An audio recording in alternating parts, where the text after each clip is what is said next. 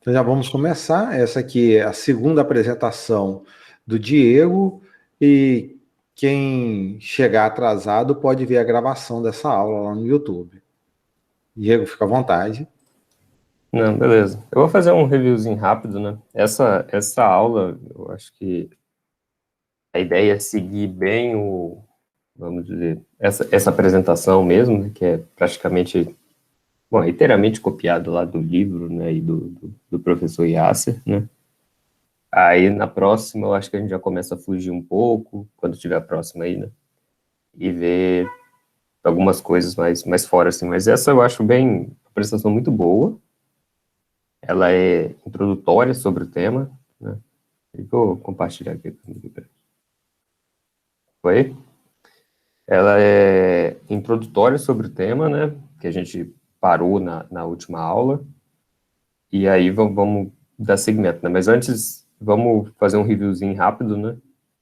Bem rápido, assim, nas coisas que a gente viu. Eu não sei se todo mundo aqui era audiência da aula anterior, né? Então, acho que vale a pena, né?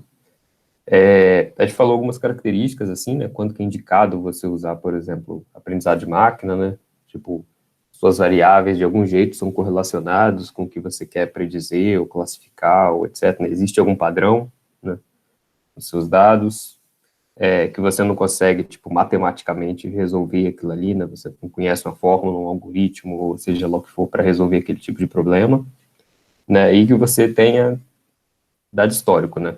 Sobre o problema que você quer resolver, né? Basicamente, esses são três, vamos dizer, bullets, assim, que é um bom guideline, né, de quando usar ou não machine learning, né? E aí, bom, nosso foco é aprendizado supervisionado e a gente introduziu uma notação, né, que a gente vai usar, assim, vai ficar com a gente essa notação, né?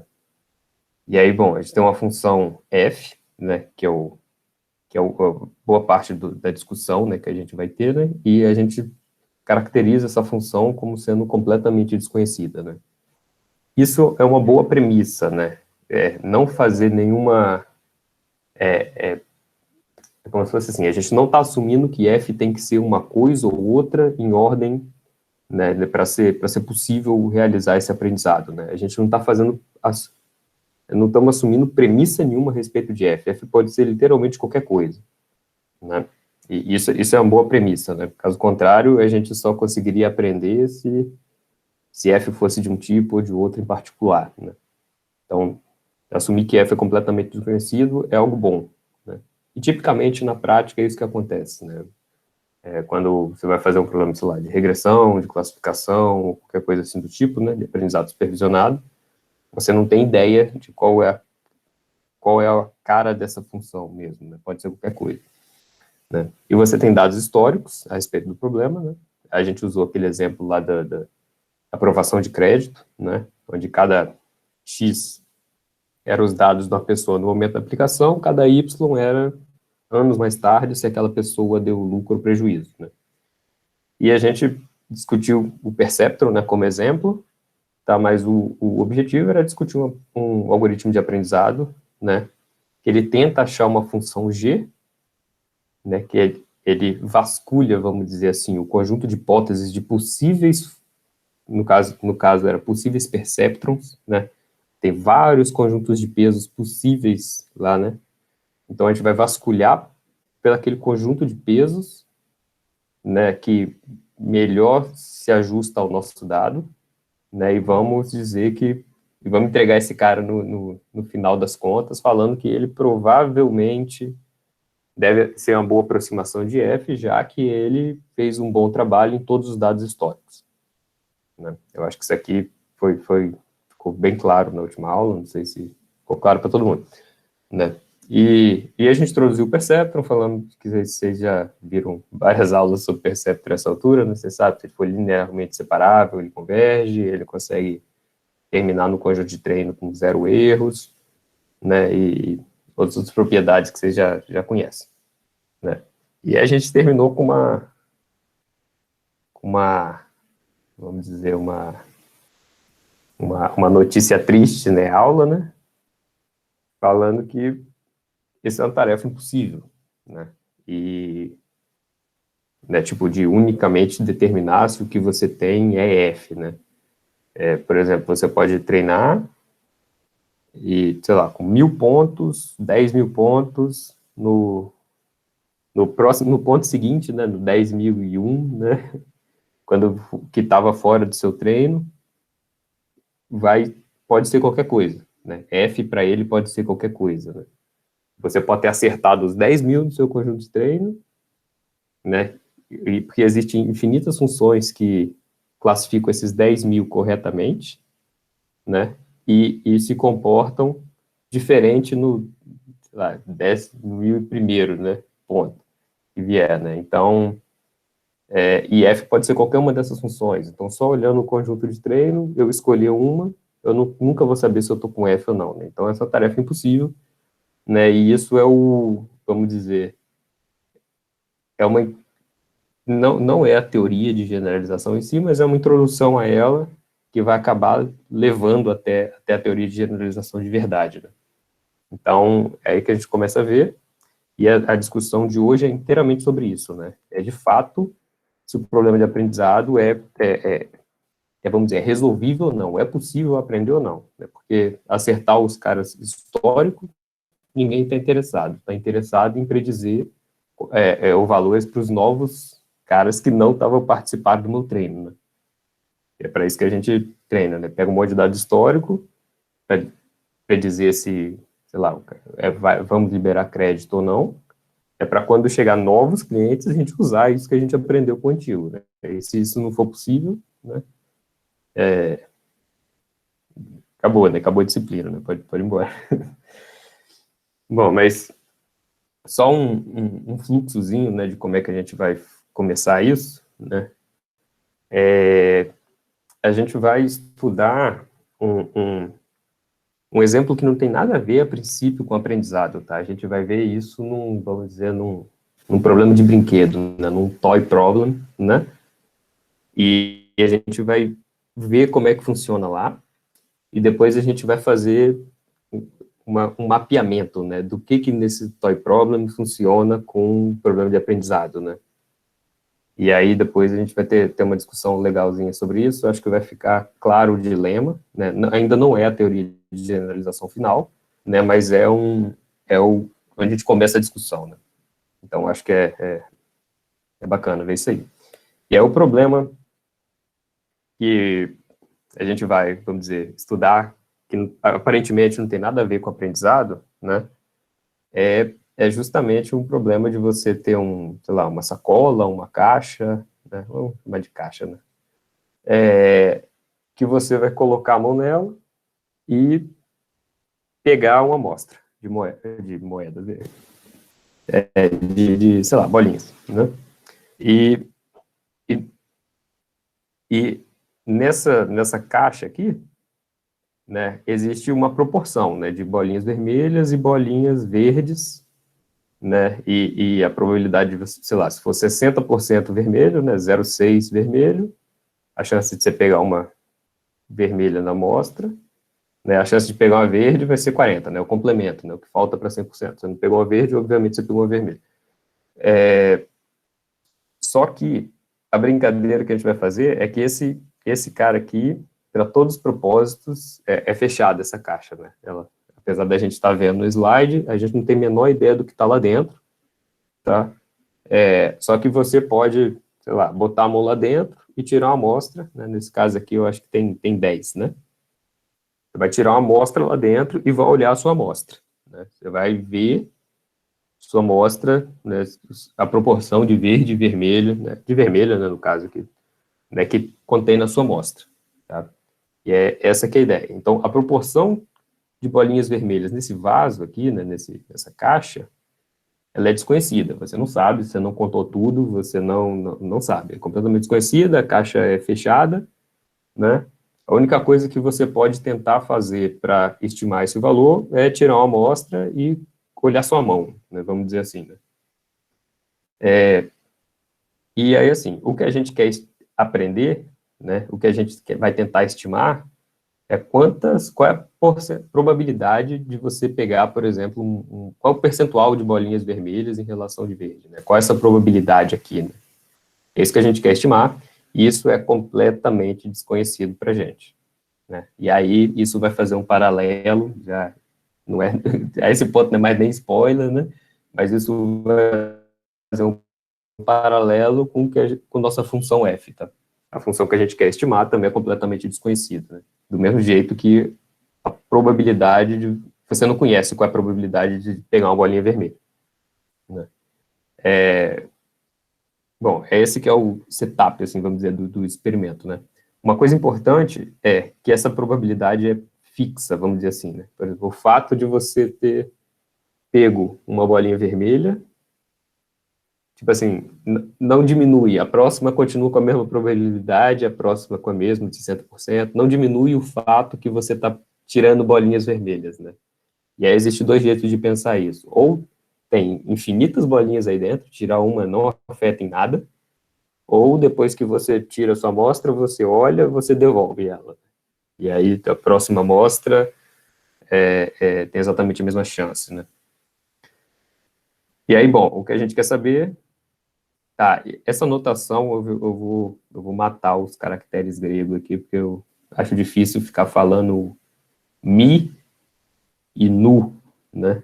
Então vai ser u e v para todos os propósitos aqui dessa aula, tá? Bom, isso aqui a gente consegue estimar de fato, né? A quantidade de vermelhos que está na amostra. E a gente quer inferir a quantidade de vermelhas que está no vaso, que é completamente desconhecido para a gente.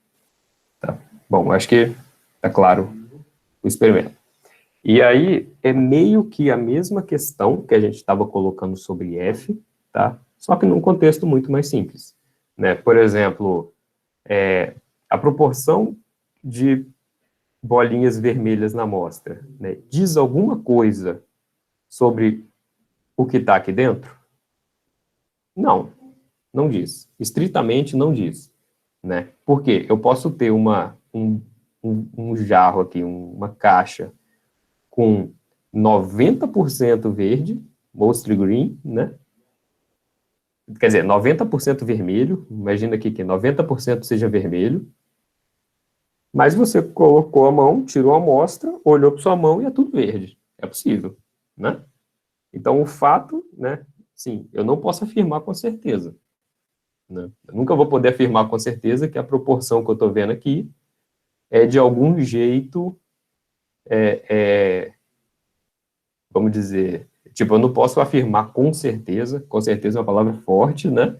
Que o que eu estou vendo aqui vai ser replicado lá, né? Isso é impossível. Do mesmo jeito que quando eu chego lá numa hipótese, eu nunca vou poder falar que essa minha hipótese de fato é F, né? Isso a gente vai discutir ainda um pouquinho sobre generalização, mas a generalização é exatamente isso, né? Não é... Inclusive, em machine learning existe muita gente, né? Eu acho que virou uma palavra muito, muito comum, né? Usar generalização como sinônimo de performance, né? Por exemplo, o modelo performa bem, ele generaliza bem. O modelo performa mal, ele generaliza mal. Né? E não é bem isso, né?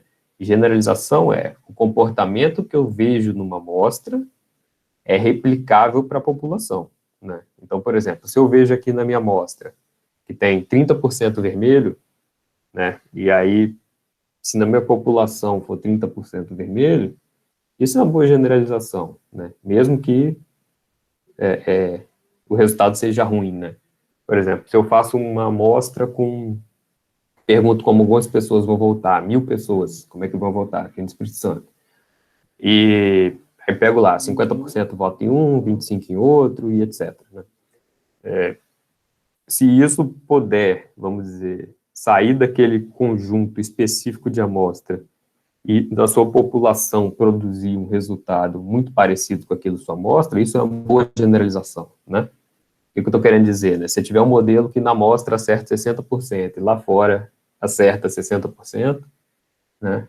Isso está bem generalizado, né? Ou o que está mal generalizado é eu ter uma amostra que acerta 99%, aí quando eu vou usar lá fora é 60%, né? Então, claramente, sua amostra não reflete o que vai ser na realidade, né? Então, isso é uma má generalização. Tá? Bom, mas eu desviei um pouquinho aqui, mas Bom, então a gente não pode afirmar com certeza, é a mesma história aqui, tá? Mas, a gente, nesse exemplo aqui, eu acho que fica claro que a gente não está tão no escuro assim, né?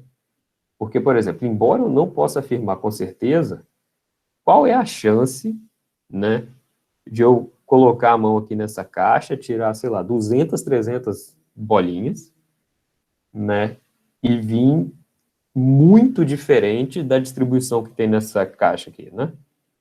Vim, sei lá, tudo verde, aqui é misturado, eu pego tudo verde, ou pego longe do que é mais ou menos a distribuição, né? Então, acho que é intuitivo para a gente, né, que é provável que o resultado que eu tenho na amostra seja meio parecido com o resultado que eu tenho dentro dessa distribuição aqui, dentro dessa caixa que é desconhecido para mim.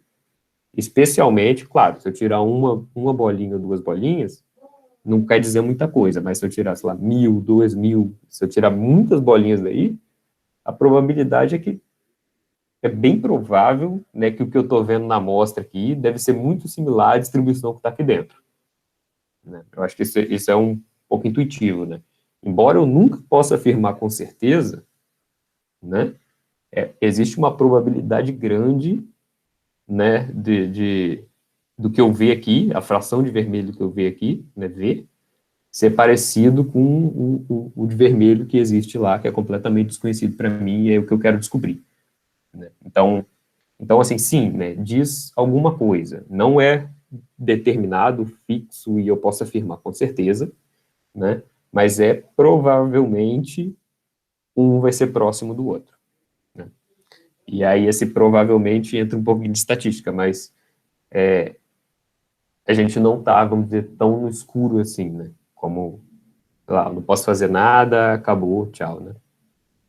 E, e é assim, é possível você estar errado? É, mas não é muito provável, né? Então, a diferença entre poder afirmar com certeza e ter uma confiança boa é enorme, né? Então, isso aqui é impossível, né? Tipo, de afirmar com certeza, mas ter uma segurança, ter uma confiança, achar que a gente não está muito longe, né? É bem possível, né? Está claro, para todo mundo tá, né? Pensei um pouquinho o exemplo aqui, mas acho que foi bom. Bom, então, já que V, né, meu percentual de vermelhos na amostra, né, diz alguma coisa, né, mesmo que probabilisticamente, né, sobre U, que é desconhecido para mim, né, o que que diz, né? Eu acho que essa que o que que V diz alguma coisa sobre U, né? Diz isso daqui, mas a gente vamos passo a passo aqui para essa equação é muito importante para a teoria de machine learning, e aí vale a pena a gente ver pedaço por pedaço dela, tá? Mas, intuitivamente, eu acho que intuitivamente para todo mundo, eu acho que é algo natural, né? Se eu tirar uma amostra grande, né, a probabilidade é que os dois estejam perto, né? Mas aí entra um pouquinho de formalismo, né? Amostra grande, a gente vai chamar de N, o tamanho da amostra, e perto, né, a gente vai dizer que é um epsilonzinho, né? É 0,01, né, sei lá, 10%, né, de diferença, né? Então a gente vai especificar esse nível de tolerância, né? E, e a gente gostaria que fosse muito provável que tivesse perto, né? É muito ruim, né, o caso de você, vamos dizer, tirar uma amostra e ser completamente diferente do que está lá dentro, né? A gente gostaria que essa probabilidade fosse pequena, porque aí vai dar mais segurança, né, do que eu estou fazendo está certo, né? Então, assim, esse número aqui, então esse aqui basicamente é a probabilidade, vamos dizer, de meu experimento de tirar uma amostra e contar a percentual de vermelho, tipo, e mal, né? E mal para mim, né, no sentido de generalização, né? Então, a gente gostaria que fosse menor e que isso aqui fosse bem pequeno, né? É isso que interessa, né? A gente gostaria que fosse a probabilidade da minha amostra desviar do que tem lá dentro, e isso é completamente desconhecido para a gente. A amostra eu consigo olhar, né? Isso aqui é completamente diferente. Então, a probabilidade de desviar um do outro seja para cima ou para baixo, né? For maior do que minha tolerância, é menor do que o valor que eu espero que seja pequeno, né? E aí, assim, vamos simplificar esse lado aqui. Eu vou abrir um pente aqui. Peraí. E aí, eu vou botar só os componentes que interessam aqui da fórmula 2, esses dois aqui eu vou ignorar, tá? Então, vamos lá. A fórmula é E, nossa, E menos epsilon ao quadrado n, né? Se a gente ignorar, n é o meu tamanho da amostra, né? Isso aqui é uma exponencial negativa, né? Então, se eu só olhar a exponencial negativa, diz o quê? Que à medida que meu n cresce, né, n nesse eixo aqui, à medida que meu tamanho de amostra, quanto mais bolinhas você tirar lá de dentro naquele experimento, a chance de desviar vai ficando muito pequena, né? Quanto maior sua amostra, mais seguro você tem do que o que está ali na sua amostra reflete o que é lá fora, né? E aí, assim, esse cara aqui que eu cortei, né, o epsilon ao quadrado, é a sua tolerância, né? Você fala assim, olha só, o quão grande precisa ser minha amostra para eu ter uma confiança de 10%, né? 10% é 0,1, ao quadrado vai ser 0,01, né? 0,1 vezes 0,1. Isso vai ser um termo, né, que, vamos dizer, briga contra esse n aqui, né? Se você quer ter certeza de 1%, 0,01 vai ser 0,01 ao quadrado, que é 0,00, acho que tem mais um, né? Tem mais um. Isso daqui, ou seja, você vai ter que ter, tipo, se meu n for 1.000, né? Sei lá, ou 10.000, eu vou ter um número muito pequeno que está multiplicando ele, né? Então, por exemplo, vai trazer para cá nessa curva, né?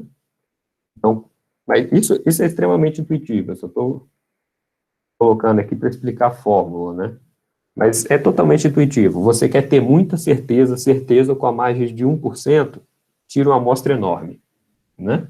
Ou você, sei lá, não quer ter tanta certeza assim, você tem uma tolerância talvez de 5%, já é algo que você já esteja confortável, dá para trabalhar com uma amostra menor, né? Essa que é a ideia. Então, eu acho que isso é intuitivo naquele primeiro experimento, né? E, bom, essa equação é uma equação da estatística, ela é uma das leis dos grandes números, vamos dizer assim, ela é extremamente famosa, e a teoria de machine learning, apesar de ser bem aplicável àquele caso do Bean, não é aplicável exatamente ao caso do machine learning, mas foi praticamente inteiramente desenvolvida em cima dessa equação, tá? E eu acho que isso aqui está claro. Essa equação é importante, ela vai seguir a gente um pouquinho no curso, assim, mas é importante que esteja claro para todo mundo. Você pode desmutar aí, ou, sei lá, só dar um ok. Beleza. Tá claro? Todo mundo? Então, beleza. E aí, em suma, qual que é a ideia? A chance do meu experimento ir ruim é pequena. Quão pequena? Depende do tamanho da minha amostra, depende do que eu considero em ser ruim, né? Tipo, é desviar maior que tanto, né? É extremamente simples, né? Mas, se você tem uma amostra grande e uma tolerância, sei lá, não muito estrita, né? Tipo, não tem que ser exatamente igual, né? A gente, com certa segurança, é o que a gente gostaria de afirmar, né? O que eu vejo na minha amostra vale lá fora, né? É isso que a gente gostaria de afirmar, só que não, essa afirmação é muito forte para ser feita, né? E até impossível, né? Como a gente já viu. Então, ao invés de afirmar categoricamente, né, isso é um PAC, né? Provavelmente, né? Porque isso aqui é muito, em tese, é pequena a probabilidade disso dar errado, então é provável, aproximado, né? Eu não estou falando que é igual, eu estou falando que eles são próximos um do outro, né? Correto, né? Provavelmente, aproximadamente correto, isso aqui é verdade, né? Então, é um PAC statement, né? A gente chama. Mas, bom, e aí, essa aqui é a equação de Hödfeld, né, a gente acabou de olhar. E, bom, não é a lei assintótica, né? Isso é bom, né? Ela vale para qualquer valor de n, tipo, ela não é só válida no infinito, né? Vamos dizer assim, né? Quando n tende a infinito, né, e por aí vai. Ela é válida para qualquer n e qualquer bound que você dá. Ela funciona muito bem nesse tipo de experimento aqui que a gente viu, né? Uma coisa muito importante, eu não quero calcular essa probabilidade exata, né? Porque a probabilidade em si depende de um valor que eu não conheço, né? Então, não vou conseguir calcular, nunca, né?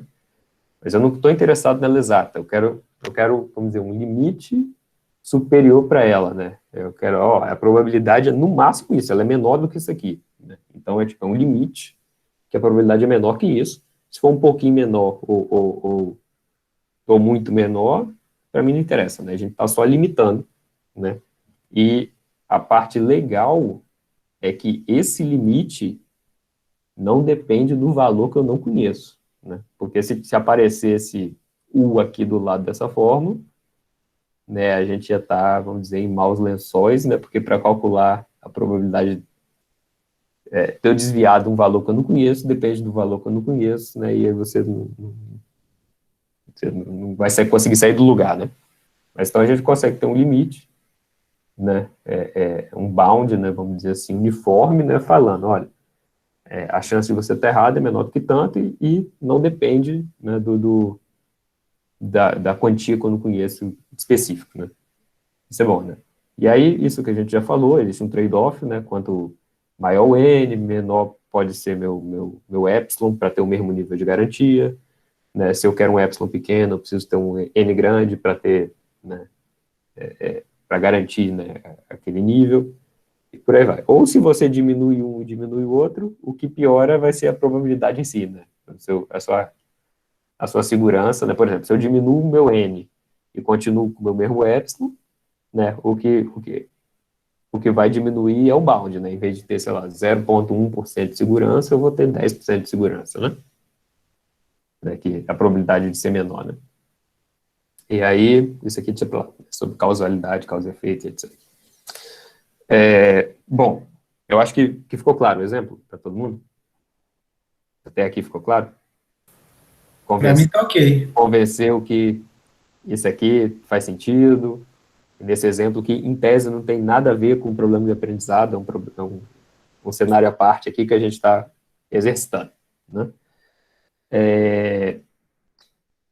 Então, assim, o problema de aprendizado, né, como é que foi, vamos dizer, desenvolvido um pouco a teoria, ela não é muito diferente tipo assim, ela pode ser pensada como é que esse caso do BIM, né, dessa caixa aqui, tá? Só que, obviamente, tem que ter um jeito de traduzir, né, porque parece duas coisas muito diferentes, né? No BIM, eu não conhecia um número, né, que é a percentual de bolinhas vermelhas aqui dentro, né? Em machine learning, em geral, eu não conheço uma função, né, que você me dá qualquer elemento de x e ela tem como output qualquer elemento de y, no caso do perceptron mais um e menos um, né? Então, assim, parecem ser coisas muito diferentes, né?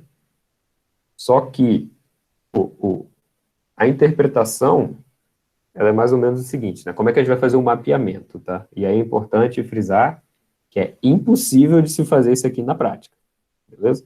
É só como é que uma coisa mapeia na outra, tá? Imagina que cada exemplo aqui, né, é um exemplo lá do seu dado histórico, um X, né? Um X, no caso lá, a gente estava falando da aprovação de crédito, né? Seria os dados de uma pessoa, né? E aí, existe uma função f, tá? Que para o nosso dataset a gente conhece, que é o label, né? Para os outros que estão lá fora, a gente não conhece f, né? Então, como é que a gente vai colorir? É basicamente entre acordo e desacordo, entre, vamos dizer, a hipótese que eu estou testando, por exemplo, eu estou testando um perceptron lá, né? Se ele concorda com o rótulo, nem vou falar o rótulo, vou falar com o resultado da função f, tá? Eu pinto a bolinha de verde. Se discordar, eu pinto de vermelho. Tá? E aí a gente meio que colapsou o problema entre concordância e discordância do que a sua hipótese deu como resultado e o que a função f deu como resultado. Tá, tá claro? Acho que tá, né? E bom, e aí a gente volta naquele diagrama lá que a gente falou na primeira aula, né? Que agora existe uma probabilidade de eu tirar uma bolinha, cada bolinha pode ter probabilidade diferente, né? Existe uma probabilidade sobre os elementos que estão aqui dentro, né? Agora, e a gente precisa, vamos dizer, modificar, né, aquele diagrama com ingrediente novo, né? A gente vai continuar mantendo a função desconhecida, né? E a gente tem exemplos de treino, né? Só que agora esses exemplos de treino, eles assumem que eles vêm de alguma distribuição de probabilidade, que pode ser qualquer uma. A gente não está fixando, né, nenhum, tem que ser uniforme, tem que ser gaussiana, tem que ser etc, né? Mas existe uma probabilidade intrínseca ali com cada x, né? E eles são gerados de maneira independente um do outro, né? O seu x é gerado de maneira independente, né? E desde que você tenha essa premissa, e essa premissa é bastante importante, senão a gente não consegue garantir que é possível aprender, tá? Mas por enquanto é isso, né? A gente só precisa assumir que os dados vêm de alguma distribuição de probabilidade, que pode ser qualquer uma, só tem que garantir isso, e daí a gente consegue seguir, né, a parte da teoria. Se isso não for válido, né, aí tem outras implicações, né, mas por hora vamos considerar que é válido.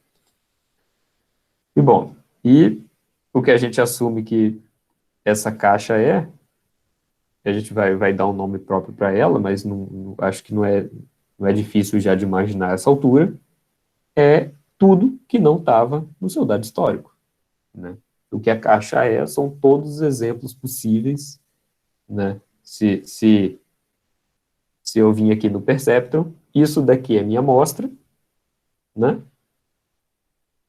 E eu posso ver nela se o meu Perceptron está de acordo ou não com o resultado da função f, que nesse caso é o rótulo em si, né? Isso é a amostra.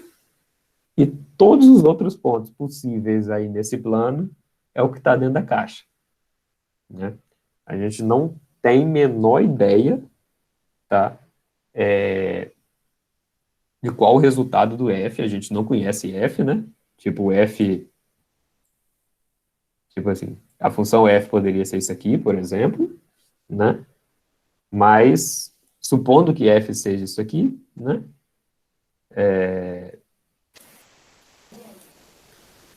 Tipo, vai ter regiões que eu vou, por exemplo, essa parte aqui vai estar de acordo, né? Essa daqui também vai estar de acordo.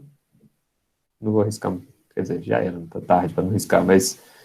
E essas daqui são erros, né? Onde as duas discordam, né? Mas, assim, F pode ter qualquer coisa e é basicamente isso, tá? Vamos voltar. Mas o BIM é tudo que está fora do seu conjunto de treino, tá? E a gente gostaria muito de olhar o nosso dado de treino e falar, olha, concordou com F nesses caras aqui, deve concordar com F lá fora. Lá fora é com todos os outros, né? É isso que é o generalizar bem, né? O comportamento ou está acertando 30% aqui, lá fora está acertando 30% também. Isso é uma boa generalização. Tá? E aí, esse exemplo que eu apresentei aqui, nessa equação e tudo mais, ela só tem um problema, que ainda não é exatamente o problema de aprendizado, né? E aí, alguém chuta? Qual é o problema? Não, spoiler. Né? Isso não é um problema de aprendizado, porque eu peguei um H, né, uma hipótese, um possível perceptron, e estou contrastando, né, se ele concorda ou não com a função f. Né? Imagina que a gente conheça f e possa fazer... A gente nunca conhece f, tá? Mas é só para ilustrar, né? A gente está comparando se ele concorda e discorda com todos os pontos, como se a gente conhecesse f, tá? E aí faz o mesmo aqui para a amostra, né, e vê se fica parecido, né? Vamos dizer, esse seria o mapeamento, né? Mas isso não é um problema de aprendizado, porque isso está assumindo que eu tenho um F, né? Desculpa, um H, tá? Uma hipótese. Normalmente, isso seria o equivalente a eu te entregar uma hipótese, eu te entreguei um perceptron, né? Tipo, com os pesos random. Você pode até fazer esse teste, provavelmente vai funcionar, tá? Gera um dataset, divide em treino e teste, tá? E aí você gera um perceptron random, completamente aleatório, os pesos dele. Vê o erro que ele tem no treino, tá? Provavelmente ele vai generalizar muito bem, né? Porque você pegou um perceptron, o equivalente a fazer um experimento, né? Olhou isso daqui e provavelmente quando você rodar com os testes, o seu erro vai ser muito similar, vai ser alto, né, o erro, né? A chance do seu erro ser baixa é pequena, né? Mas provavelmente vai ser muito parecido com o que você teve no treino, né? E a garantia que você tem é isso aqui, tá? Exatamente essa equação. Tá? A chance de você estar errado provavelmente vai ser muito baixo. A chance de estar errado, desculpa, de ter algum problema de generalização, né? Eu vi 90% na minha amostra e lá fora era, sei lá, 50-50, né? Isso é um problema na generalização, essa diferença. Então, esse exemplo que eu falei até agora é uma verificação, né? Quando a gente vai aprender, a gente não tem uma hipótese, né? Eu testo uma hipótese e jogo fora, testo outra hipótese e jogo fora, testo outra hipótese e jogo fora, testo outra, gostei dessa daqui, não é ainda, testo outra, gostei dessa, vou ficar com essa, né? Então, é um pouquinho mais elaborado do que esse caso. Esse caso aí é válido para um único, né? Eu te dei um perceptron, ou você, na sua primeira interação random lá, né, você compara com F ou não, a chance de estar errado é muito errado no sentido de generalização, né, de dar um resultado muito diferente dentro da amostra e fora da amostra, tá? Mas não é isso que a gente faz, né? A gente itera até achar, né, a gente testa múltiplas hipóteses até achar uma que a gente fica satisfeito dentro da amostra. E aí, né, vamos tentar acomodar esse novo ingrediente aí, que é o algoritmo de aprendizado, né, que a gente testa múltiplas hipóteses. Tá? Nesse caso, né, hoje, né, a gente vai considerar que a gente tem um número finito de hipóteses. Tá? Na prática, isso é sempre mentira, né? Porque se você pegar o modelo mais simples que você tem, como o perceptron, né, você tem infinitas variações do perceptron, é uma reta, né? Então você vai ter infinitos perceptrons. Qualquer outro modelo, na rede neural, você tem infinitas possibilidades ali de pesos, né? Então, na prática, o conjunto de hipóteses, né, que eu vasculho lá para pegar ele sempre é infinito, tá?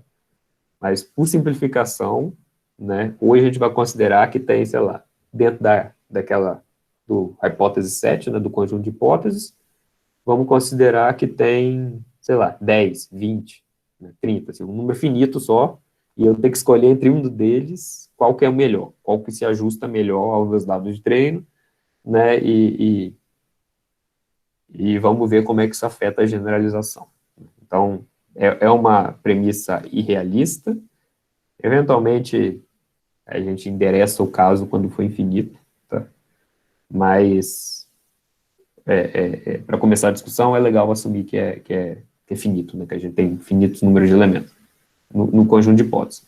Tá? E o que a gente faz é meio parecido com isso, né? Se vocês implementaram o Perceptron, vocês viram, né? Tipo, eu pego meu conjunto de treino, esse aqui eu sei o rótulo, né? Vejo o erro que eu tenho no conjunto de treino, simbolizado por bolinhas vermelhas, e falo, não gostei imaginando que lá fora vai dar ruim também, né? E a probabilidade de você estar errado é garantida pelaquela equação que a gente acabou de ver, né? E aí você fala, não gostei desse cara, vou gerar o outro cara aqui. Aí você mexeu lá no Superset, né? E aí você fez um trabalho melhor na sua amostra, acertando mais, né? Imaginando também, você não consegue, você não sabe F para fazer o mapeamento fora, né, da sua amostra. Você só conhece o valor de F para esses caras aqui, que é o rótulo, né? E aí, bom, você olha imaginando, né, que lá fora também vai fazer um bom trabalho. E aí você vai fazendo, fazendo, fazendo, até chegar aos seus M possibilidades, e provavelmente você vai pegar o melhor, né? Você vai falar, opa, vou pegar esse aqui que foi muito bom na amostra, esse aqui que é o resultado final do meu algoritmo de treinamento. Tá aqui, eu vou usar esse cara aqui como H, né? E nesse ponto ele vira G, né? Nossa anotação. Qual é o problema de se fazer isso, né?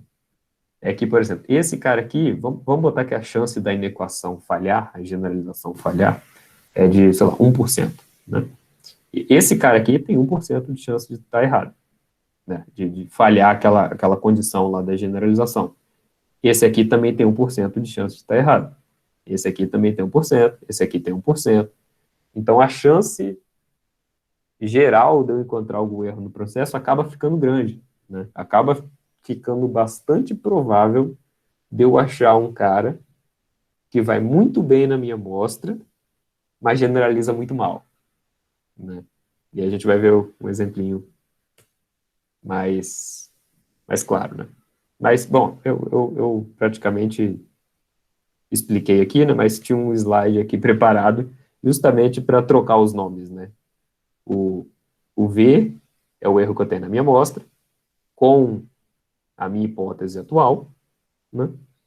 E o erro fora da amostra, da minha hipótese atual, né? É claro que isso aqui você não sabe, né? Isso aqui, como a gente não conhece F, a gente não consegue colorir se eu estou de acordo ou desacordo com o cara, né? Mas com o resultado mesmo, mas novamente, né, o mapeamento, né, a gente não sabe se aqui é opaco, mas a gente tenta imaginar, né, qual é a chance de eu estar fazendo um bom trabalho lá, né? E aqui é só trocando o e V, né, por erro na amostra e erro fora da amostra, a mesma equação, tá? Novamente, essa é só mudança sobre que está ainda U e V, ficando assim, né? E aí fica, acho que bem claro qual é normalmente o procedimento de um algoritmo de aprendizagem, né? Vasculhar entre múltiplas hipóteses, pegar uma que faz o melhor trabalho no treino e rezar para ainda a gente ter alguma garantia de generalização boa, tá?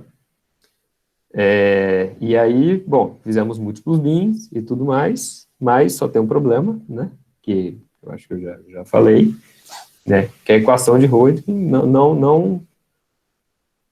não se aplica a múltiplos bins, né? E a gente vê o que tem, claro que tem algo de errado, né? Se cada um tem a chance de 1% de dar errado, né? Eu tenho que contabilizar, né, com isso para ter um limite de garantia, né?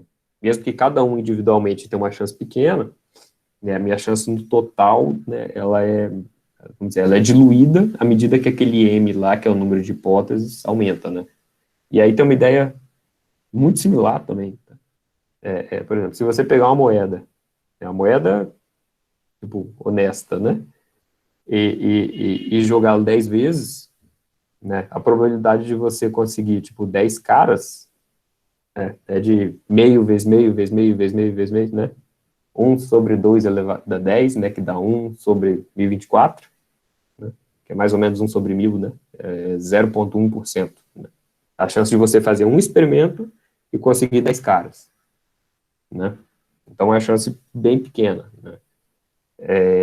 Agora, se você fizer esse experimento 1000 vezes, né? A probabilidade de alguma, né, alguma é uma palavra importante, se eu conseguir 10 caras em alguma parte desses 10.000, né, é de 63%, né? E aí a gente pode ver exatamente como isso se comporta na analogia lá do BIM, né? Por quê? Qual o problema aqui?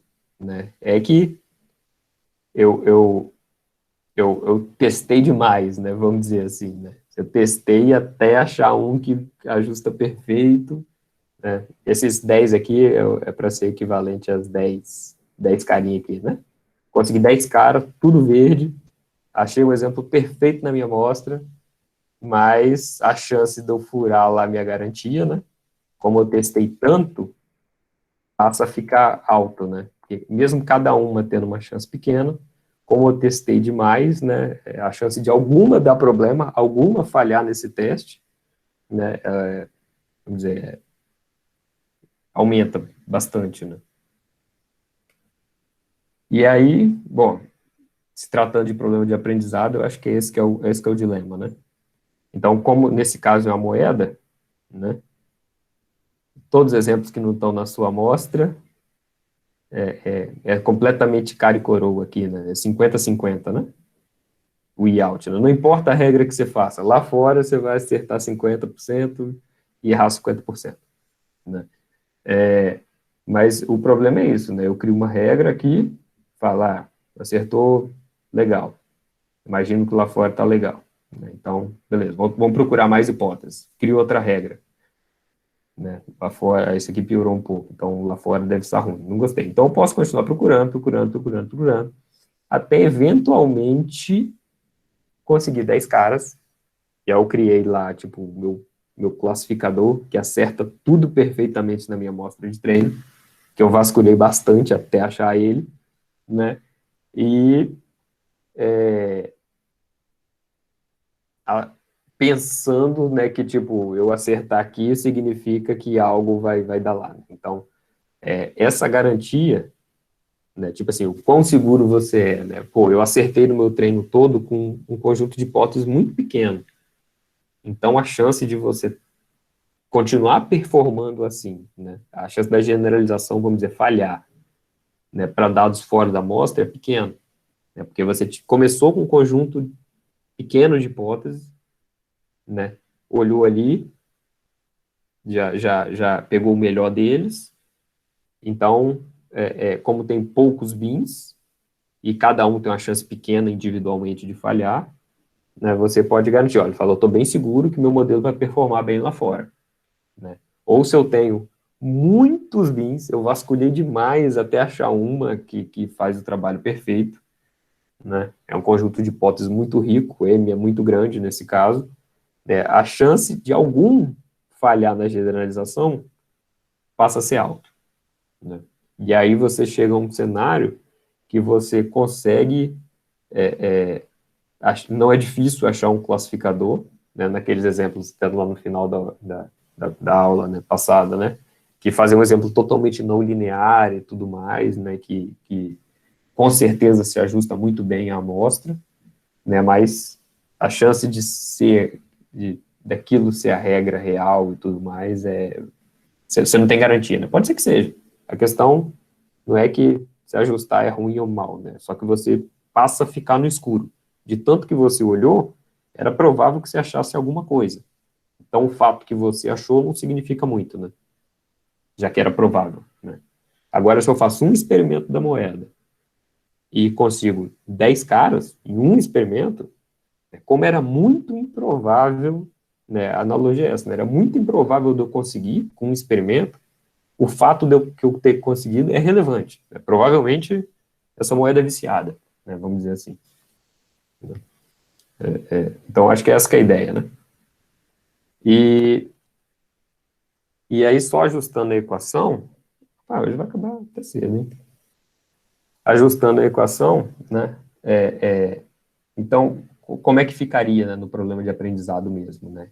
Esse, esse cara G aqui, ele tem uma sobrecarga nele, né? G é o melhor de vários Hs que eu olhei, né? E peguei o melhor que se ajusta no meu conjunto de treino, né? Então, esse G aqui, ele vamos dizer, overloaded, né?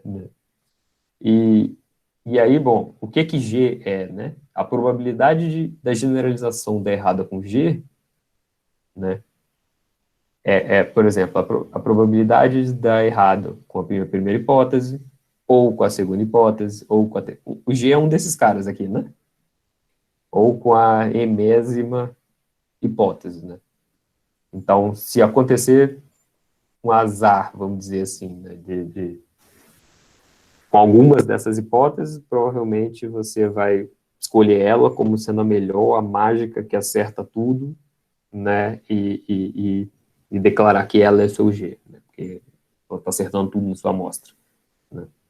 E aí, a chance de cada uma é garantida com Rudolph, mas a chance coletiva, vamos dizer assim, né, no pior caso possível, é o somatório das probabilidades, né. A gente imaginar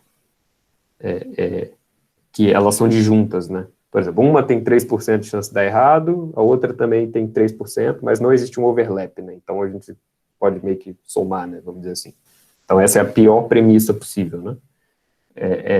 Que as probabilidades são completamente disjuntas e podem ser somadas, né? Então, a probabilidade de você errar é o somatório, vamos dizer assim, no pior caso possível, das suas N hipóteses, não que você vasculhou, mas que estava lá no seu conjunto de hipóteses, à sua disposição para você pegar, né? Se você pegou só uma, ou se você vasculhou todas, né? Porque a gente assume que o algoritmo de aprendizado vai pegar melhor de lá de dentro, né? Então, se existe M lá dentro, se você testou as M, ou tem um jeito mágico de saber qual das M é a correta, e buscou ela, né, é o equivalente, né? E aí, bom, o que isso quer dizer, né? Essa probabilidade aqui, né, a gente pode substituir essa parte interna aqui exatamente essa parte aqui ser um M da equação de Röding, né? E é o somatório entre suas M hipóteses que existe lá no seu conjunto de hipóteses, tá? E como isso aqui não depende de M para nada, né, somando a mesma quantidade M vezes, né, eu simplesmente posso multiplicar isso aqui por M, que dá o mesmo do somatório. Tá? E essa equação, assim, ela não é realista porque ela assume M hipóteses, tá? Mas, para todos os modelos de machine learning tipo, conhecidos, o conjunto de hipóteses é infinito, né? Mas para chegar nesse infinito precisa de uma teoria um pouquinho mais elaborada, tá? Mas o que isso quer dizer intuitivamente para a gente, né? Isso quer dizer que, por exemplo, a chance de eu fizer um modelo que performa bem na minha amostra vai performar diferente lá fora, né? Não estou falando nem bem ou mal, desculpa, né? A chance de eu fazer um modelo que tem alguma performance qualquer na minha amostra de ter uma performance similar fora, né? Boa generalização. O que eu vejo aqui, eu posso falar que vale para todo mundo, né? Seja bom ou ruim o resultado, né? Depende, né, não só do tamanho da minha amostra, né? O quão seguro eu estou de fazer essa afirmação, tá? Depende não só em relação ao tamanho da minha amostra, ou a minha tolerância, né, de qual é minha margem de erro, vamos dizer assim, e de quão grande, né, quantos caras ficam aqui, né? Se eu tenho 2 perceptron para escolher entre eles, eu gero 2 random e eu tenho que escolher qual dos dois é melhor no meu conjunto de treino. Eu não posso gerar outro, né? Provavelmente vai generalizar super bem, tá? Você vai ter, sei lá, 30% de acerto na amostra, mas no conjunto de teste lá fora você vai ter os mesmos 30%. Isso é boa generalização. O que você viu aqui vale lá, né? O que você viu fora do BIM vale dentro do BIM, né? Para todos os outros pontos que não estavam. Agora, se você começar a ter, vamos dizer, 1 trilhão de perceptron aqui, né? M muito grande, né? Passa a ficar bem provável de você achar um que funciona bem na sua amostra, né? E que ele foi especificamente escolhido para funcionar muito bem na sua amostra, né? Mas a chance de ter o mesmo resultado lá fora você vai, não é que não vai ter, né? Pode ter, mas você não tem, vamos dizer, força para argumentar, falar assim, olha, é muito provável que lá fora ele tenha o mesmo resultado, né? Você fica, vamos dizer, você perdeu a garantia, né? Como se tivesse um lacre ali de garantia. Que seu conjunto de hipóteses for pequeno, você pode afirmar com bastante segurança que lá fora vai ter um resultado parecido. Se o conjunto de hipóteses for grande demais, você não pode afirmar nada. Nem que vai performar, igual que está na amostra, ou que não vai. Você está no escuro, né? E é assim, o perceptron não é exatamente um bom exemplo que eu estou dando, mas eu estou dando para propósito ilustrativo, né? Mas porque não é exatamente a quantidade de, vamos dizer, na prática todos os modelos são infinitos, né? Tipo, o perceptron existe uma infinidade de peso, a rede neural existe uma infinidade de peso, né? Sei lá, Random Forest existe 1 milhão de combinação de árvores aqui, né? Tipo, infinitas também, né? Que pode dar. Então, na prática, né, todos os modelos de aprendizado, né, que a gente vai ver, eles têm um conjunto de hipóteses infinitos, né? Só que eu acho, é claro, que alguns são muito mais complexos que outros, tá?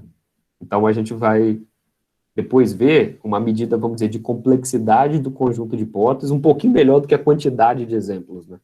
Mas estou fazendo analogia com esse caso, que um conjunto de hipóteses é finito. Tá, tá claro? Para todo mundo? Sim? Não?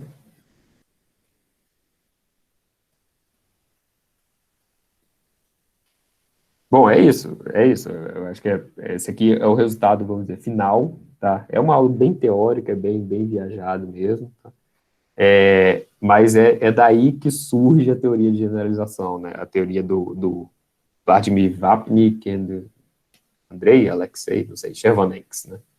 São os dois pais, assim, da teoria do aprendizado estatístico, né? Porque esse é o único objetivo, né? Você treina na amostra para usar lá fora, né? E a gente quer ter alguma garantia do que eu fiz aqui poder valer lá. Acho que é isso. Se alguém tiver alguma questão, alguma coisa, senão, libera. Eu estava planejando dar os 2 conjuntos de slide antes, né? Mas ia ficar meio grande, né? Meio longo. Aí, o Diego, antes do pessoal fazer a dúvida, tirar as dúvidas, né? Lembrar, eu queria só reforçar aqui, e também foi uma ideia que eu tive com essa aula sua, que é talvez fazer um vídeo com experimentos avaliando a generalização. Acho que isso aí poderia ser uma coisa interessante para se fazer, né? Porque vamos pensar da seguinte forma: se a gente separa um dataset em treino e teste, e vamos pegar que é um dataset muito grande, bem representativo. Vamos imaginar que esse dataset, ele essa amostra do dataset completo representa com qualidade as infinitas amostras que tem na realidade. E vamos supor que a gente pegue 10% para treinamento. Então a gente tem 10% para treinamento, 90% para teste. E aí a gente fala assim, bom, com essa segurança aí, eu vou conseguir calcular bem a generalização. E aí faz o seguinte experimento, vou usar o 1NN, o KNN com medida a medida de distância euclidiana, e a gente treina nos 10%, testa nos 90%. E avalia que a generalização ficou legal, né? Deu 30% de acurácia nos dois. Não, é possível, muito, né? Generalizado, ok, tá generalizando. Só que eu falo, isso não tá legal, né? E aí eu faço assim, deixa eu tentar com K igual a 3, aí depois eu tento com K igual a 5, depois eu tento com K igual a N, e aí eu mudo a distância, e aí eu começo a fazer um pré-processamento nele, começo a normalizar, colocar standardization, não sei o quê, até daqui a pouco eu chego nos 70, e tá 70 a 70, né? Não, aí Ou melhor, 70, tá 70. 170, 170. Aí eu falo, então. beleza, 70% está melhor que 30%. Só que uma coisa que tem que reparar, a partir do momento que eu comecei a ir, voltar e ajustar isso daí, eu tenho que ter um dataset de validação. Tem que ter um dataset de validação e ele não é garantia de generalização. A gente só está querendo colocar um nível a mais para não deixar que a gente se engane. Né? Então, vamos chegar nessas questões assim, né, de treino, validação, teste e tal. Mas eu acho que o exemplo que você ilustrou é muito parecido, né? É como se fosse assim, eu tenho um modelo que performou muito mal, né? E eu falo assim, eu tenho certeza que lá fora performa mal também, igualzinho, né? E aí eu comecei a mexer demais nele, testar variações dele, fazer outras coisas, né? O que acontece? A sua performance na sua amostra vai subir, porque você vai pegar o melhor daqueles todos que testou, né? E a sua garantia vai cair. Vamos dizer, vai diluindo sua garantia até você estar no escuro. Até você ter testado tanto que a chance de ter encontrado um modelo que funciona bem na sua amostra é bem alta, né? E a sua garantia... Então, o fato de você ter encontrado não significa nada mais, né? É esse que é o ponto, né? Então, isso que acontece até se você usar um cross-validation, porque a amostra, o V nu, né? O nu, né? Ele é fixo, que a gente tem esse dataset, por mais que ele represente bem o universo lá, ele é fixo. E pode ser que esse dataset, representando bem o universo, tenha um limite para aquele tipo de classificador que a gente está usando. E a gente acaba enviesando, forçando a barra naquele classificador para ele detectar padrão que não existe, que não está exposto ali. Eu fiz um exemplo de brincadeira aqui, né? Imagina que a gente tem um dataset desse jeito aqui, e a gente treinou o Perceptron, né? Então, imagina primeiro que eu peguei meu Perceptron completamente aleatório, e sei lá, era um Perceptron meio ruim, era esse aqui, né? Aí ele errou, bem ruim, né? E aí, por exemplo, vamos botar aqui que pelo lado de cá é azul, pelo lado de cá é vermelho. Então, ele acertou 2 caras aqui, do azul, né? E 3 do vermelho, esses 2 aqui ele errou, né? Essas 2 regiões aqui ele errou. Então, assim, vamos para imaginar que eu peguei o Perceptron random. Eu desenhei ele random aqui e ele erra bastante na minha amostra, né? F eu não faço ideia o que é. F pode ser tão, vamos dizer, tão sacana quanto o meu desenho aqui que eu botei. Tá? Que aí calhou de todos esses caras aqui cair no vermelho, todos esses caras aqui cair no azul. Aí você me entregou um Perceptron, eu falei, opa, eu achei essa reta aqui que funciona bem, né? Mas vamos achar nesse primeiro caso aqui, né? Eu gerei um random, testei, eu procurei muito pouco no meu dataset, né? Foi só um random aqui, pum. E aí nesse cara aqui eu tô acertando, vamos dizer, 1, 2, 3, 4, 5 de 8, né? E aí eu vou desenhar mais ou menos o mesmo aqui, né? Então, tipo, se eu desenhar o mesmo cara aqui, né?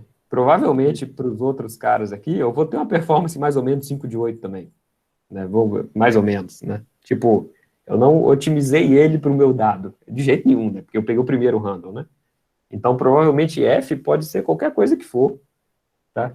Que eu vou ser muito azarado se no meu primeiro random eu achei essa solução preta aqui, né? Tipo, eu gerei um random e já é o que separa 100% da amostra, né? Então, e aí você tem que lembrar difícil, também, além de né? azarado, você tem que ter uma amostra pequena para dar sorte, assim. Exatamente. Então quanto menor a amostra, mais fácil de você se enganar. Daí a importância da quantidade de dados, e a gente sempre reforça, não existe aprendizado de máquina sem dados. Muitos dados, precisa de dados. Agora, outra coisa que tem que colocar, não é só muitos dados, tem que ser muitos bons dados, porque poucos dados bem representativos da distribuição do universo, né, na nossa amostra, é muito melhor do que muitos dados com pouca representatividade. Sim, mas é isso só concluir. Eu não, eu concordo 100%, mas só para concluir meu exemplo ruim aqui. Né, então, o que a gente fez, basicamente? A gente ficou procurando lá um Perceptron pra caramba, vasculhando H, até achar esse cara aqui. Né? Mas como eu busquei demais, de modo até achar um que funciona bem para esse caso em particular, em especial com um N tão pequenininho quanto eu desenhei aqui, né? Eu não tenho mais garantia nenhuma que esse negócio vai continuar funcionando lá fora. Não tem. Né? Eu não tenho, né? E aí, tipo, se F for esse cara aqui, eu saio de 100% de acerto para, tipo, sei lá, bastante erro, né? Sim, só para ficar claro para todo mundo, essa analogia dos pesos do Perceptron, né, eu fiz uma forçação de barra lá com KNN, que seria a gente ajustando ao invés da descida de gradiente, ajustando os pesos. Entenderam a analogia dos parâmetros? O parâmetro do Perceptron aí é o W. E eu fiz uma analogia usando os hiperparâmetros do KNN, já que o KNN é um classificador não paramétrico. Então ele não muda, a gente tem que ajustar ele forçado lá antes do treinamento, né? Que é escolher 1, 2, 5, 11 Ks e assim por diante. Né? E aí, muita gente se engana também, tem que tomar cuidado com isso, que se eu usei uma validação cruzada, evitei. Não evitou, porque o dataset, ele é uma amostra do universo, ele continua completo, e eu já fiz experimentos que eu usava seleção de característica e acertava 100%, porque tinham muitas características, poucos dados, eu selecionava as características que casavam exatamente com os dados e dava 100% no cross-validation em todas. Eu rodava 10 vezes o cross-validation, 10 vezes o cross-validation acertando tudo. Só que esse modelo não estava bom.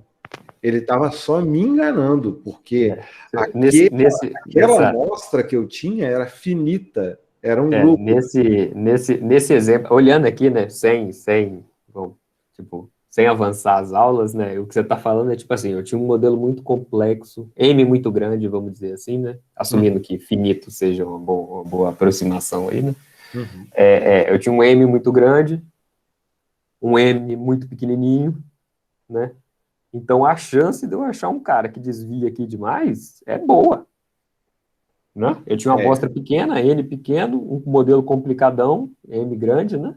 Tipo assim, um conjunto de hipóteses muito rico, para escolher uma lá que vai ir bem naqueles dados em particular. Então, é muito provável, né? Igual aquele caso da moeda lá, né? Mesmo que o evento seja raro, né? Você buscou tanto que uma hora se encontra. Agora, vamos fazer aqui, puxar para a aula de redes neurais. Na rede neural, né, que a gente pode imaginar como sendo um grafo, né, um grafo de funções ligadas a funções complexas, né, eu ligando compostas, né, funções compostas, uma composição de funções, uma camada ligando a outra, eu posso aumentar a camada tranquilamente, eu posso aumentar os nós dessas camadas sem muita dificuldade. Então, a quantidade de parâmetros que eu consigo colocar numa rede neural é muito grande. Então, quanto mais parâmetros eu coloco, maior é a abrangência que os meus Hs dentro desse M aí conseguem. E aquela história, quando tiver uma quantidade de parâmetros maior ou igual à quantidade de amostras, eu consigo 100% numa ressubstituição. O que é isso? Eu consigo treinar e testar nos mesmos dados, conseguindo 100% de acerto. Eu só preciso de uma quantidade de parâmetros maior ou igual à quantidade de exemplos que eu tenho. Aí eu matei todo o meu cálculo, toda a minha possibilidade. Isso é tão sério e tão difícil de lidar que até com teste estatístico, você fala assim, tudo bem, mas eu vou, então, colocar um teste estatístico, um teste de significância estatístico, e com esse teste de significância estatística eu vou garantir, não vai, né? Eu vou garantir que o meu algoritmo é melhor do que o estado da arte. Bom, o teste estatístico, ele pressupõe um erro, né? Que aí normalmente é calculado com um valor P. Ah, se está menor do que 0,05, eu considero que tem uma possibilidade de 95% desse experimento se repetir. Certo. Então, se ele tem 95% dele se repetir e eu fizer o mesmo experimento 20 vezes, o que significa?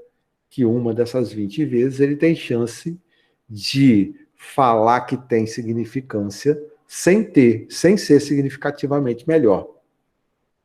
Então, vocês veem que repetir experimentos várias vezes, né, repetir experimento não é garantia de que você vai encontrar um bom conjunto de parâmetros, porque é impossível você achar a função. Qual é a chance, né, que você tem? Você tem chance de ser mais realista. O trabalho que o Lúcio está fazendo, o meu orientando do mestrado, do PPComp, não é mostrar que um algoritmo é melhor que o outro. É avaliar os datasets relacionados a defeito de rolamento de uma forma mais realista. Porque você imagina, ele avaliou até agora quatro datasets. Dependendo da forma que é feito o agrupamento dos folds de treino, validação e teste, os resultados dão de 100% para um algoritmo, e esse mesmo algoritmo em outra configuração pode dar 70% e ele pode dar 50% de acerto. Ou tem um até que deu 45% de acerto, ele caiu.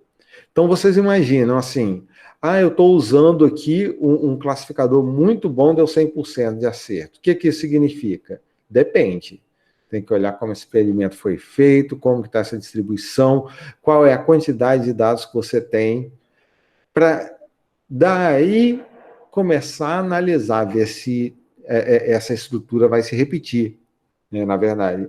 Então, o nome do termo, né, até dá para associar com aquela a parte da moeda que o Diego falou, né, que você repete o experimento tantas vezes, né, que seria, ao invés de 10, nesse caso, para fazer um p-hacking, no exemplo que eu dei, a gente precisa de 20 vezes, né, se você não der sorte, porque se você der sorte, talvez na 10ª vez você já encontra algum que dá aquela diferença significativa que você queria. Então, não tem muita garantia em relação a isso. Com rede neural, tem que tomar mais cuidado ainda. Então, logo depois que a gente vê... Eu tentei preparar um experimento para vocês explicando a regularização. Só que a regularização, eu não consegui fazer um experimento que conseguisse enxergar a regularização com a rede de camada única, né, com a rede rasa. Então, acho que eu vou ter que mostrar primeiro o backpropagation, depois do backpropagation, explicar essa parte aí de regularização para reduzir essa liberdade, diminuir esse espaço de busca aí das hipóteses que o Diego colocou, né? E aí, eu queria abrir espaço para vocês perguntarem sobre o Diego, né, sobre a aula do Diego, tirar alguma dúvida, fazer algum comentário.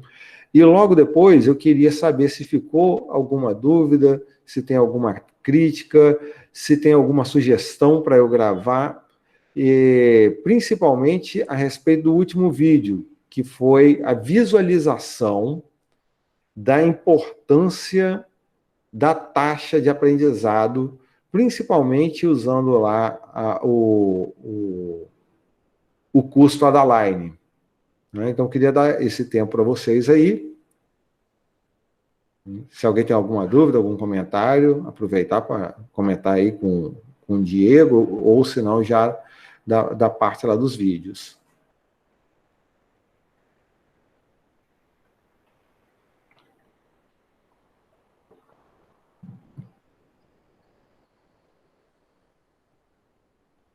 Nenhuma dúvida, pessoal?